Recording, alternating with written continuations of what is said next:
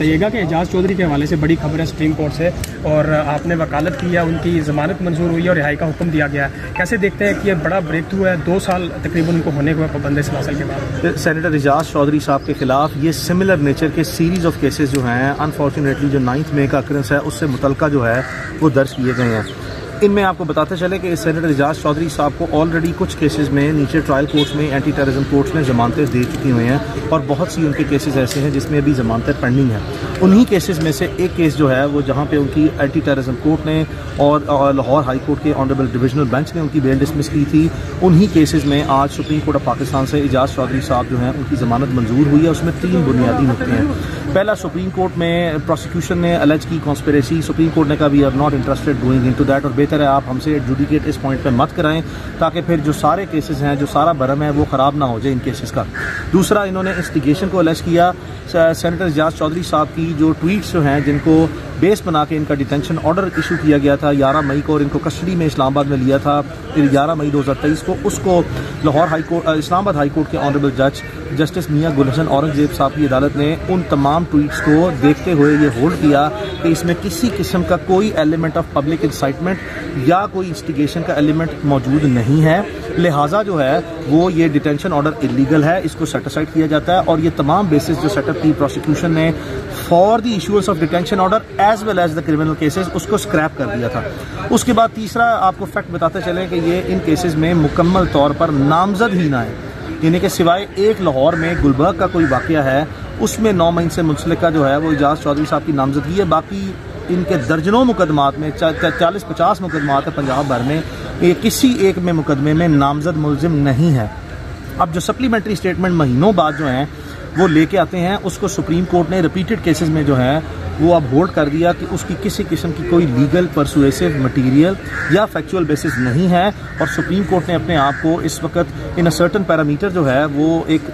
रखा हुआ है कि हमने ऑब्जर्वेशंस जो हैं कुछ सर्टन पॉइंट्स पे नहीं देनी, let the trial court examine those important points. तो ये सारे सराउंडिंग सर्कमस्टेंसेस हैं जिसको सुप्रीम कोर्ट ने मद्देनजर रखा, और सेनेटर एजाज चौधरी साहब की जमानत जो है वो मंजूर हुई है, और 1 लाख के बेल बॉन्ड जो है वो सबमिट कराने का हुक्म दिया है। अब जो एजाज चौधरी साहब के रिमेनिंग केसेस हैं जिसमें वो अरेस्टेड हैं, और उनकी जो कुछ बेल्स पेंडिंग थी ATC कोर्ट में और कुछ हमने मजीद हाई कोर्ट में सेल करनी है, उनको हम राइट अवे इंशाल्लाह सेल करेंगे, और वन आफ्टर दी अदर उनको तमाम केसेस में इंशाल्लाह रिलीज करवाएंगे। सर ये भी 2 दफ़ा उनके जो है ना प्रोडक्शन आर्डर के बावजूद भी उनको रिहा नहीं किया गया, हालांकि चेयरमैन सेनेट जो है यूसुफ रजा गिलानी साहब ने जो है वो किया था। अगर यहाँ से बेल जो है वो आपने ले ली है तो क्या कहते हैं जो नीचे वाले केसेस हैं उनको देखते हुए उनके कौन से ऐसे केसेस हैं जिनमें उनकी बेल नहीं हुई? 9 मई से मुंसलिक वाक़यात में सेनेटर एजाज चौधरी साहब के खिलाफ जो जवाज़ हकीकी हकायक पर मबनी बनाया गया है वो तमाम केसेस में एक जैसा ही है, यानी कि सिमिलर नेचर ऑफ एलिगेशन जो हैं वो उनके खिलाफ या सिमिलर सेट ऑफ फैक्ट्स और सर्कमस्टेंसेस जो हैं वो अलेज किए गए हैं।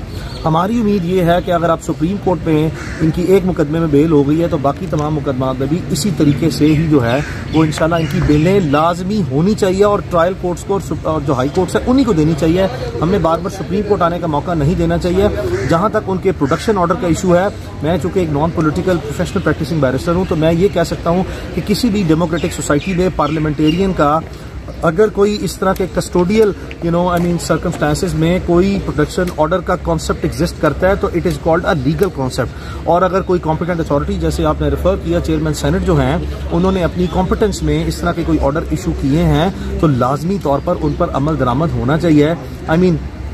चेयरमैन सेनेट का ऑर्डर जो है वो पाकिस्तान में कोई इंप्लीमेंट न करे तो पार्लियामेंट की अगर ये पाकिस्तान में स्ट्रेंथ रह गई है तो हमारी जो डेमोक्रेसी है उस पर फिर जो प्रैक्टिसेस चल रही है या जो प्रीवेलिंग सर्कमस्टेंसेस हैं फिर उस पर इन्ना लिल्लाहि व इन्ना इलैहि राजिऊन उनको लाजमी तौर पर पेश किया जाना चाहिए। He is a incumbent senator, he has every right to be produced before the Senate and he also have a right कि वो जाएं और जाके अगर कोई उनकी कोई रिजर्वेशंस है उसको एक्सप्रेस करना चाहते हैं करें। बट अपेरेंटली मेरी दानिश में मुमकिन तौर पर सेनेटर एजाज चौधरी साहब के जो प्रोटेक्शन ऑर्डर निकल रहे हैं वो इस वजह से नहीं है कि वो अपने साथ जो हुई है आप बीती है वो बयान करेंगे। मुमकिन तौर पर obviously it is a very long time, 2 साल हो गए हैं, 2 साल से आपने उनको जो है वो कन्फाइनमेंट में जो है वो रखा हुआ है, which in my opinion is not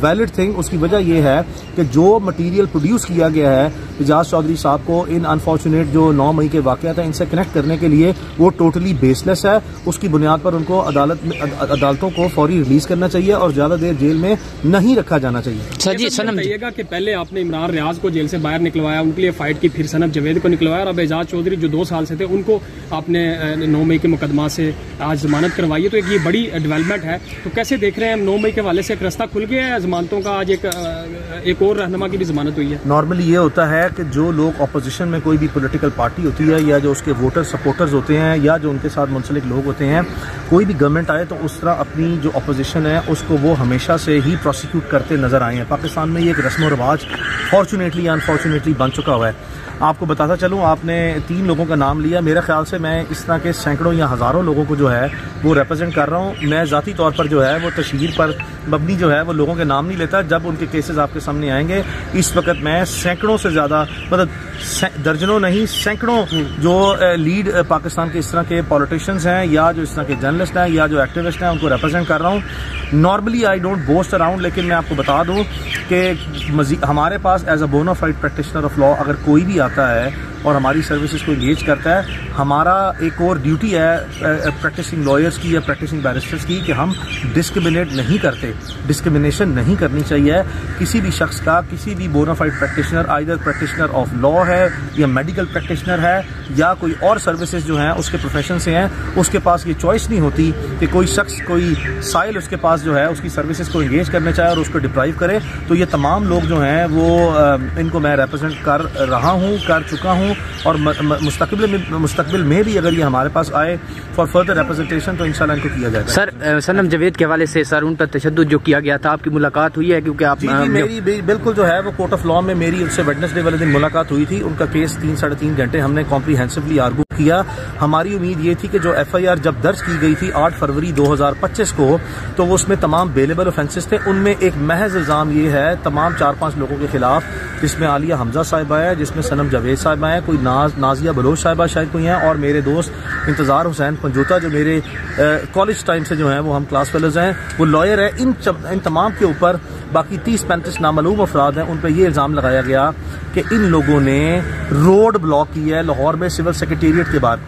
और 2 महीने बाद किसी को पंजाब प्रोसिक्यूशन में बैठे ये ख्याल आया कि एक ऐसा लीगल ओपिनियन दें कि ये रोड ब्लॉक करने का जो आखिरी सबसे बड़ा इल्ज़ाम जो इन पे लेटेस्ट लगाया गया वो रोड ब्लॉक करने का है। तो रोड ब्लॉक करने के इल्ज़ाम पे 2 महीने बाद दहशतगर्दी की दफ़ा लगाना और सिर्फ चंद दिन के लिए या चंद हफ्तों के लिए ज़बरदस्ती करके, यानी कि कोई प्रोसिक्यूशन किसी के सर पे थोपना या ठोंसना जो है, उसके अलावा इसका कोई मकसद नहीं है। बताता चलूँ आपको कि सनम जावेद को 13 से ज़ायद जो है वो एंटी टेररिज्म के मुकदमों में ये वो मुकदमे डिस्चार्ज हुए हैं या मुकदमों में वो जमानत पे हैं। वो बहुत बड़े बड़े केसेस थे, उनकी बनिस्बत ये एक बेबी केस है जिसको वाज़े तौर पर नजर आता है कि probably she some time goes around with some very strong statements जो कि बहुत से लोगों को नागवार गुजरती है, जिसकी बुनियाद पर ये विक्टिमाइज किया जाता है। अगर कोई वो स्टेटमेंट्स का ही मसला है और किसी जगह पे है तो उनको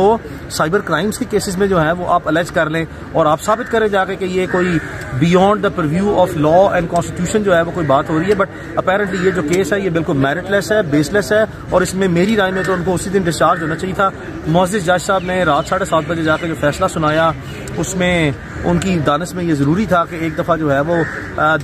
90 दिन के बाद, 80 दिन के बाद, 8 फरवरी के बाद 28 अप्रैल को गिरफ्तार हुई है और 28 अप्रैल को ये दफ़ा आज़ाद की गई है कानून की। तो इसकी रोशनी में 80 दिन में जो तफ्तीश पुलिस नहीं कर सकी या कोई गवाह नहीं ला सकी, वो इससे तफ्तीश करके पूछा जाए कि क्या तुमने रोड ब्लॉक की है कि नहीं,